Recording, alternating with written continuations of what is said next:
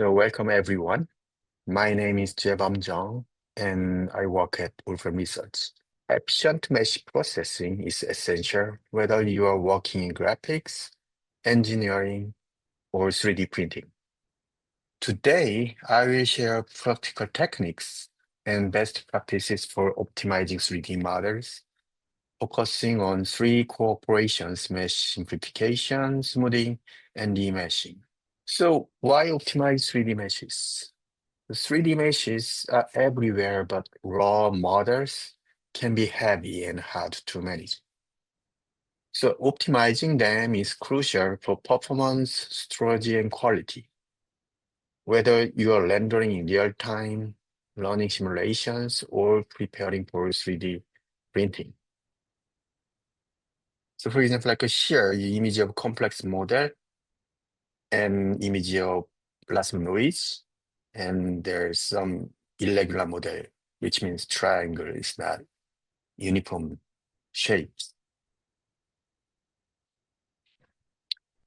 So the typical mesh processing core steps involves simplification, smoothing, and remeshing. So today I will show how each step works and how they can be combined for optimal result. So this is some example of the workflow. For example, this is the starting model and apply simplify and then smooth and finally remesh to preparing 3D printing for example. So first function I will show is about the mesh simplification. So mesh simplification reduces the number of elements in a mesh while preserving its overall shape and appearance. So common methods include edge collapsing and quadratic error metric, which determine which part of the mesh can be simplified with minimal visual impact. So here's some example how you might use mesh simplification in Mathematica. First, the simplify mesh. The function lets you specify the target vertex count or the criteria. So for example, you can set max vertex count 500. So it's an exact number you want. For example, you can see actually the vertex count is 500. Or if you don't know the original count, for example, you just want to set the percentage, then you can do that. So for example, here, I want to have max vertex count the 50% of original vertex. This is how you do. And you can also specify criteria like minimum edge length, 0.3. That means we want to be minimum edge length as 0.3. Or set max instant edge count, for example, here by 10. And there's more criteria you can set. All those criteria documented the function reference page. So please just go and check if you want to know more. So here's the application. So let's see how mesh simplification is applied. So here, first line, so uses simplify mesh to generate three versions of same beer model. So one with 100% and one is 40% and one is 5%. And then I will show you graphics flow to display these three models using graphics flow so we can visually compare the difference level of details. And at the bottom, this bar chart shows how the polygon count decreases dramatically as we simplify the mesh. So this is first level, second level, and last level here. So let me just show you some real-time example here. So you can notice how the model updates in real time here as we change the level of detail. And then here you can see also the vertex count changing as we zoom in. So basically it looks same, but the actual vertex count is deeper by level. So this kind of simplification is key to efficient real-time rendering and mobile visualization.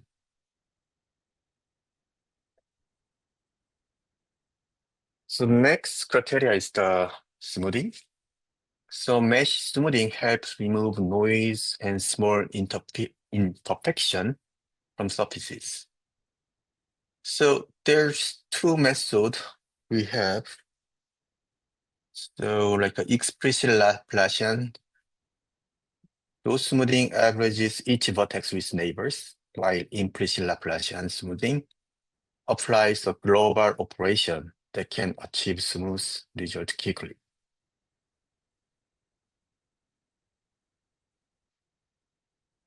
So the smooth mesh, this function gives you several control to smooth the mesh. So first, like I said, we have two methods, explicit Laplacian or implicit Laplacian. For both method, you can set uniform Laplace. So true means it apply uniform smoothing, treating all neighbors equally. Or if you say false, that means we using cotangent weighting, considers mesh geometry for more natural result. For implicit Laplacian smoothing, you can also set time step. The setting controls smoothing strength. Higher value produce stronger smoothing, but may erase detail like this. So if you set little lower time step, you can see we have more details. So balancing these options help you clean up a mesh while preserving its important features. So here, I will demonstrate mesh smoothing on scanned heritage model. So the scan contain a little bit of noise and small surface artifact. Like you can enlarge this model, you can see some noise. And once you apply smooth mesh, so the surface become a little bit more cleaner, but while the fine detail is preserved. So to see this more clearly, I will show you some color map that visualize by mean curvature. So this highlighting how smoothing lead to more regular surface. So this is the original surface with mean curvature highlighted, and this is the smoothed model. So notice how the smooth version has uniform curvature, like you see here, compared to here. And this meaning a cleaner, more regular surface while still retaining important features.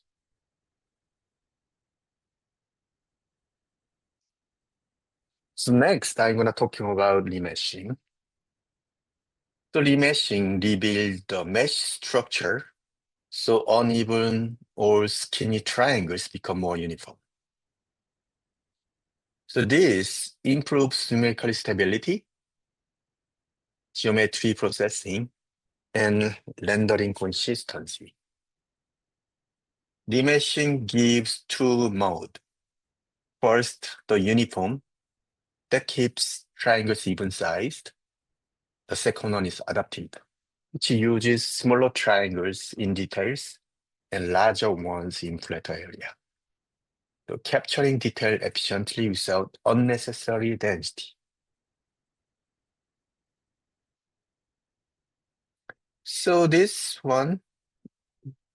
slide shows how Mathematica can perform remeshing. First, Like I said, there's two methods, uniform additive. So let's apply uniform, which gives same triangle. And then the second method is adaptive, which vary by the details. So other sub-methods you can specify to fine-tune those methods. For uniform, because uniform is uniform triangle length, right? So there is sub-method saying edge length that specify desired edge length. But for adaptive, as I say, there are, instead of applying uniform lengths, it differ by the details. So you can set minimum edge length for detailed area, probably the max edge length for larger. So you can set the both as a sub options.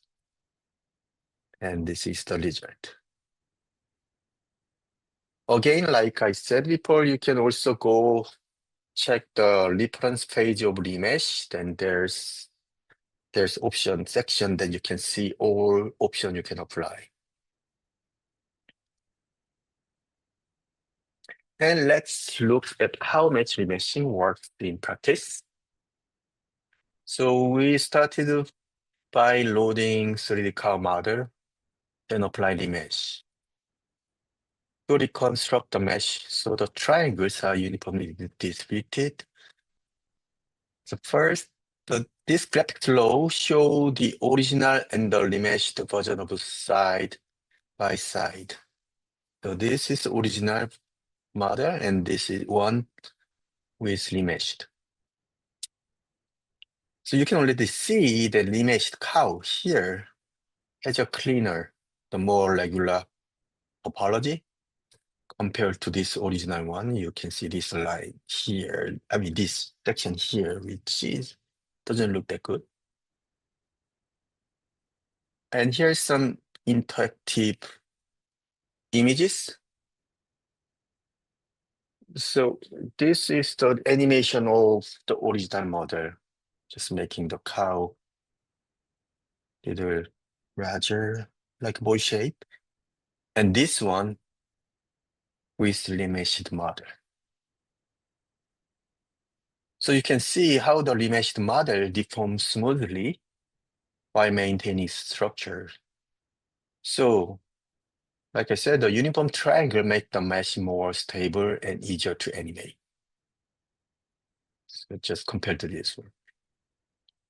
So that's why remeshing is widely used in character animation, simulation, and 3D modeling workflow.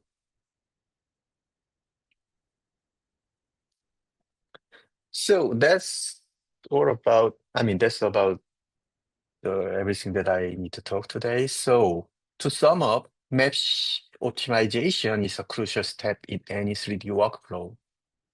By combining simplification, smoothing, and remeshing, you can create efficient, high-quality models for a wide range of applications. I encourage you to experiment with these techniques in your own project to unlock the full potential of your 3D models. And there's also other talks you might be interested in. So first one is enhancing 3D models, animation, and product design with subdivision surfaces, which light after my section. So today is 3:30 p.m. And office hours, geometry, GPU, and graphs. This one held Friday, 1:30 p.m. Also, please subscribe to Wolfram R&D channel. The shares link, if you can click, you can go to YouTube channel to subscribe. So that's all I can say. So thank you for attending. Hope you enjoyed. So if you have any questions, just drop in the chat.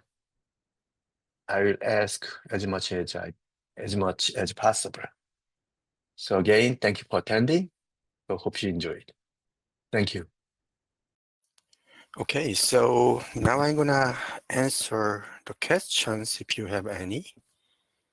So first I see from Herald, like, would I use the same function when I started finite element analysis? So for finite element analysis, yeah, I think as long as your input is mesh, then you can apply. So I'm not really sure what you mean by finite element analysis, but yes. And for other talk, like I just like enhancing 3D models animation, subdivision surfaces, which will be 3:30 right after this talk. That one will explain about subdivision region, which is kind of reverse processing of simplify mesh. So that will be also interesting. It's related to this mesh processing. And that function is actually does some smoothing, but the difference with the smooth mesh actually doesn't increasing or modify any vertex count. It just modify, for example, the positional point based on like a curvature.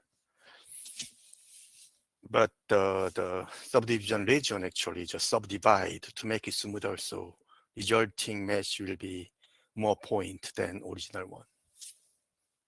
I have another question in chat saying, have you tried to use LiDAR from your iPhone to build models? Actually, no, I didn't use that one yet.